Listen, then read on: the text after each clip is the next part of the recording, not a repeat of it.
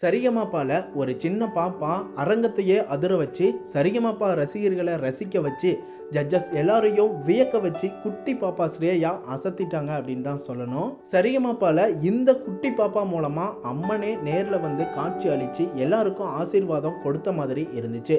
ஸ்ரேயா ஸ்ரீராமுக்கு 8 வயசு தான் ஆகுது. சின்ன வயசு கேரளாவில் இருந்து சரிகமபாவுக்கு வந்து பாடி அசத்திட்டு இருக்காங்க. பக்தி ரவுண்டு நடந்தப்போ கற்பூர நாயகியே கனகவல்லி அப்படிங்கிற பாட்டை அட்டகாசமாக பாடினாங்க. ஸ்ரேயாவோட வாய்ஸ் கேட்டால் தேன் போல இருக்கு. எல்லாருடைய மனசுலையும் இடம் பிடிச்சிட்டாங்க அப்படின்னே சொல்லலாம். மயிலிறகு மாதிரி அருமையான ஒரு குரலில் கற்பூர நாயகி அப்படிங்கிற பாட்டை அரங்கத்தையே அதிர வைக்கிற மாதிரி ஒரு பர்ஃபார்மன்ஸை பண்ணிட்டாங்க. அரங்கத்தில் இருந்த ஆடியன்ஸ் எல்லாருமே செம்ம சூப்பரான வாய்ஸில் பாட்டை கேட்டு என்ஜாய் பண்ணாங்க. செம்மையாக உற்சாகப்படுத்தியிருந்தாங்க. ஸ்ரேயா பாடி முடித்ததும் ஜட்ஜஸ் ஸ்வேதா மோகன் மேம் ஸ்டேஜுக்கே ஓடி போய் ஸ்ரேயா கிட்ட ஆசீர்வாதம் வாங்கிக்கிட்டாங்க. ஸ்ரேயா பாப்பாவோட பர்ஃபார்மன்ஸ் எல்லாருக்குமே பிடிச்சிருக்கும் அப்படின்னு சொல்லலாம்.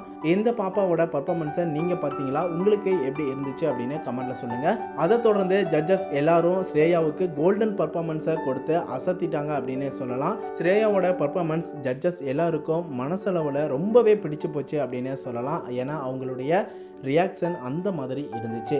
அதே மாதிரி தேன் போல அழகாக பாடியிருக்க ஸ்ரேயாவோட பர்ஃபார்மன்ஸுக்கு அந்த திறமைக்கு நீங்கள் சப்போர்ட் பண்ணி என்கரேஜ் பண்ணிகிட்டே இருங்க. மேலும் தொடர்ந்து நம்ம சேனல் கூடயும் இணைஞ்சு சப்போர்ட் பண்ணுங்கள், சப்ஸ்கிரைப் பண்ணுங்கள் அண்ட் பெல் ஐக்கனையும் கிளிக் பண்ணிக்கோங்க.